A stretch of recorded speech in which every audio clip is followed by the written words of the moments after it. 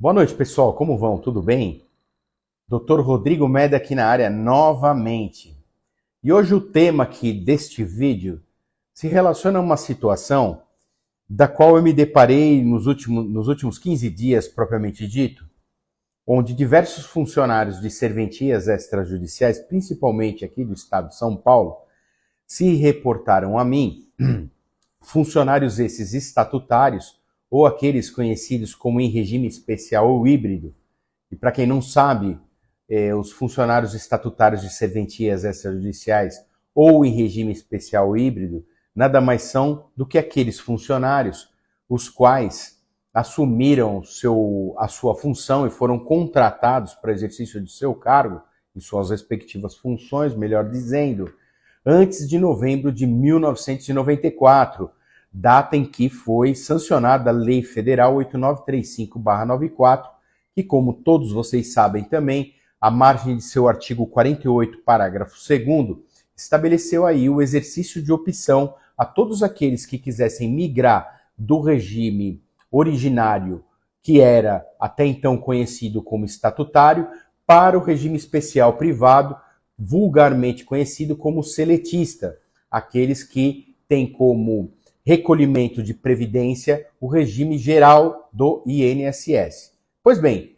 vários e diversos funcionários se reportaram a mim essa semana, inclusive presidentes de órgãos de classe, porque apareceu aqui uma dúvida sobre uma situação que eles estão passando nesse momento e eu vou sintetizar rapidamente esta dúvida.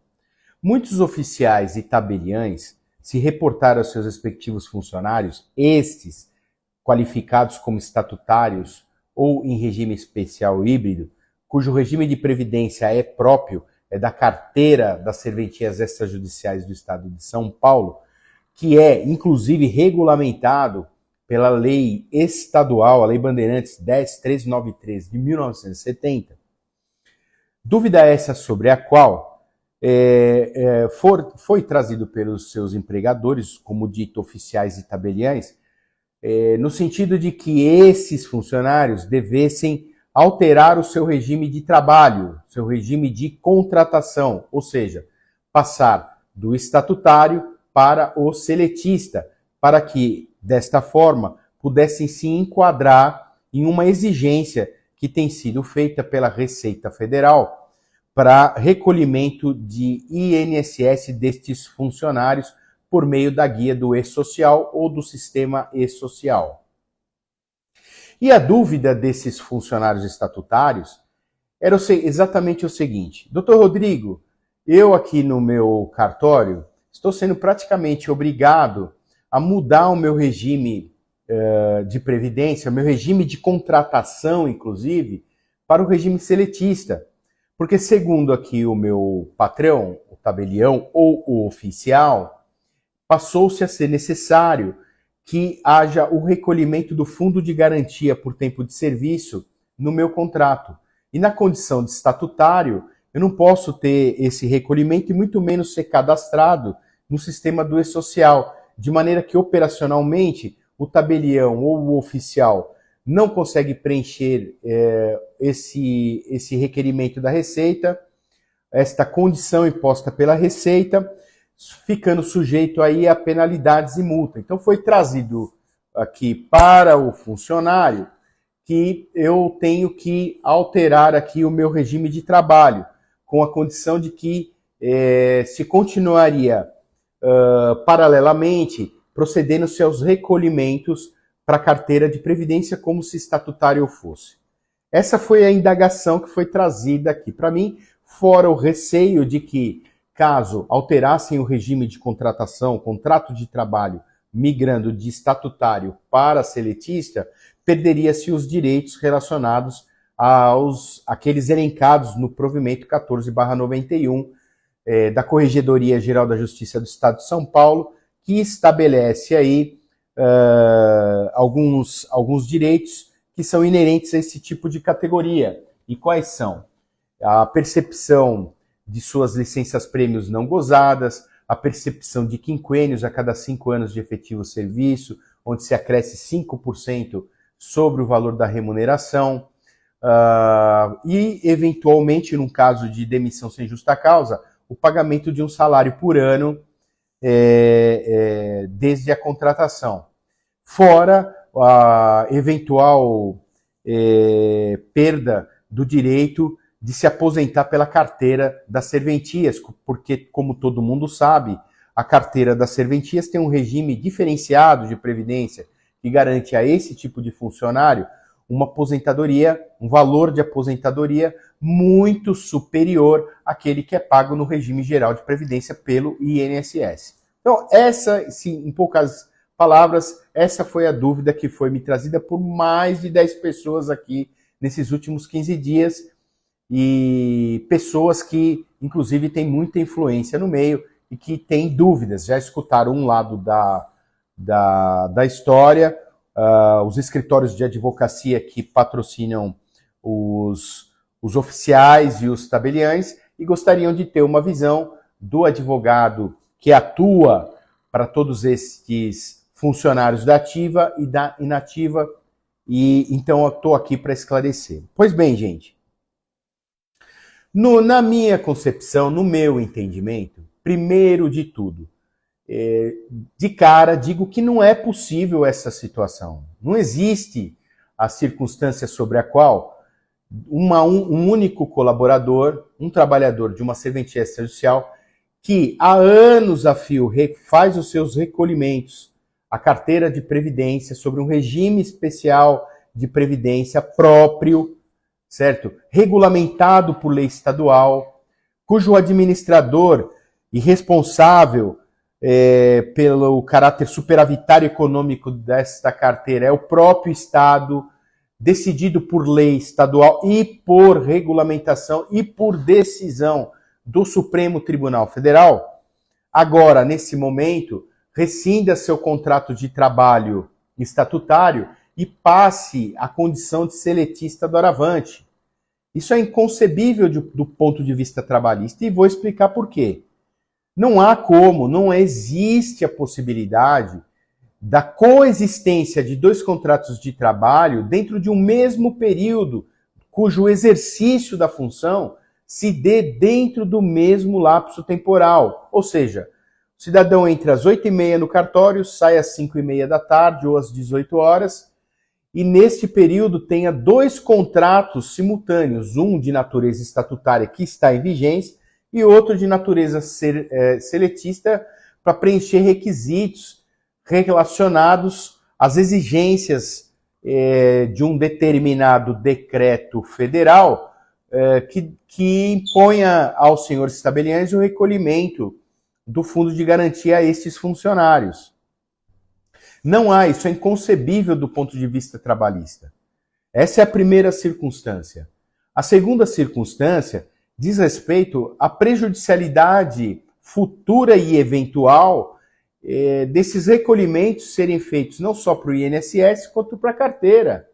Por quê? Ou o cidadão se aposenta com os benefícios da carteira, né, como estatutário, que tem uma regulamentação própria, porque efetivamente exerceu o cargo, e lembro a vocês que um dos requisitos para aposentadoria na condição de escrevente ou de auxiliar é aquela cujo qual os homens tenham contribuído no mínimo 20 anos para a carteira, assim como as mulheres, e que no caso das mulheres tenham exercido o cargo de escrevente ou de auxiliar por 30 anos, e os homens por 35 anos. Efetivo exercício da carreira, do cargo, na condição de estatutário ou, como queiram, como já expliquei em outros vídeos, em regime especial ou híbrido.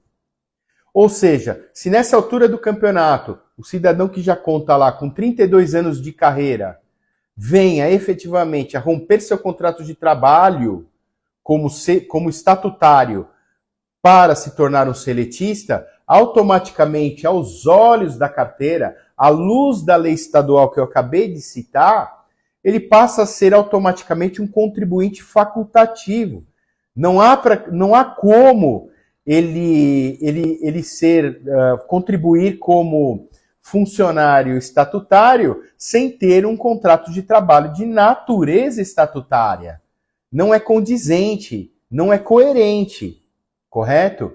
Então, essa é a segunda situação, tá? A terceira é que, se ocorre uma circunstância como esta, corre-se o risco amanhã ou depois da Secretaria da Fazenda alegar que esse cidadão não exerceu o cargo, mesmo que haja proposta do senhor tabelião ou oficial para que os recolhimentos continuem sendo realizados.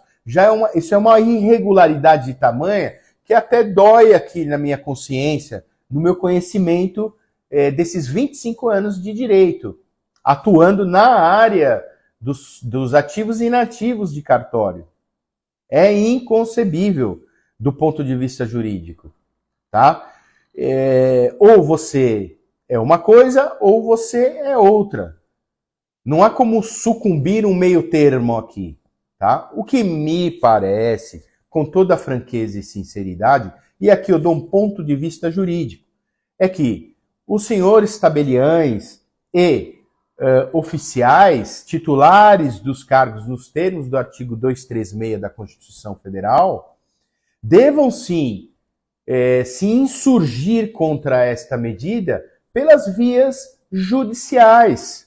Porque da forma com a qual tem sido colocado isso aos seus funcionários, seus colaboradores, é colocá-los na berlinda, por todas as razões que eu acabei aqui de explicar, né? Não existem dois contratos de trabalho simultâneos com mesma carga horária. Não há, ainda mais esses contratos tendo naturezas completamente diversas, com regramentos próprios. Por exemplo, funcionário estatutário, você não demite sem uma justa causa. Via de regra, a maioria dos tabeliães que estão aqui assistindo esse vídeo sabem muito bem que é necessária a abertura de um processo de sindicância, a respeitabilidade ao princípio de sua defesa, do contraditório à ampla defesa, correto? Para se sacramentar uma demissão sem justa causa. E uma demissão com justa causa. Uma demissão sem justa causa provoca ao senhor tabelião, ao senhor oficial, o pagamento de determinadas verbas que na condição de seletista ele não pagará mais. Então o que dá a entender para esses funcionários é que os senhores empregadores, tabeliães ou oficiais de registro de imóveis, com uma cajadada estão matando aí dois coelhos. Por quê? Da mesma forma que satisfazem as circunstâncias dessa determinação da Receita Federal no tocante ao recolhimento do fundo de garantia pelo manejo operacional do E-Social, enquadrando-se como seletista, de outra banda, fazem com que esses funcionários renunciem unilateralmente os direitos e as prerrogativas previstas no provimento 14/91 da Egrégia Corregedoria Geral da Justiça do Estado de São Paulo, que está, inclusive, em plena vigência, face ao parágrafo 2º do artigo 48 da Lei 8935/94. Então, nesse vídeo rápido aqui, eu digo para vocês, mesmo que com a extinção do IPESP, tá ok? Pela Lei 14.016 de 2010, isso não desnatura o contrato e a previdência desses funcionários.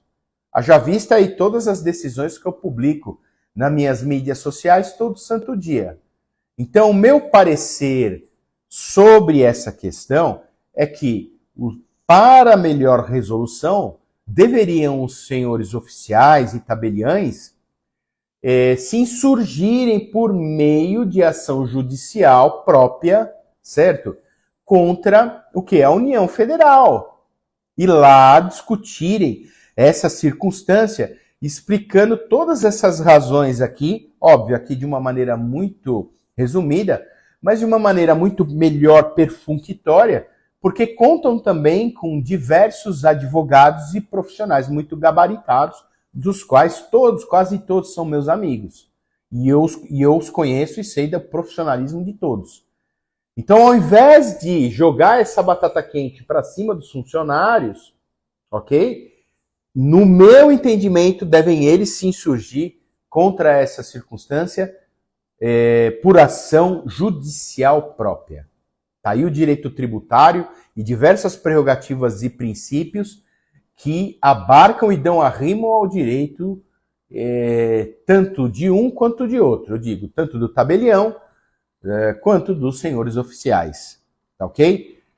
Bom, finaliza esse vídeo lembrando a todos aí para que acessem minhas mídias sociais, que vai estar descrito aí no meu vídeo, tanto do Facebook, quanto do Instagram, quanto do meu canal do YouTube, tá? E quem tiver outras dúvidas e queira se aprofundar mais nessa situação, pode entrar em contato aqui com o nosso escritório, tá? O número vai aparecer aqui no vídeo e pode falar com o Bruno, meu assessor e meu filho também, como todos sabem, e ele vai agendar um horário comigo aqui e nós vamos expor de uma maneira mais pessoal tudo isso aqui que eu estou trazendo e falando para vocês, tá? Hoje é um vídeo curtinho de no máximo 17 minutos. Grande abraço, fiquem com Deus. Dr. Rodrigo com vocês, sempre.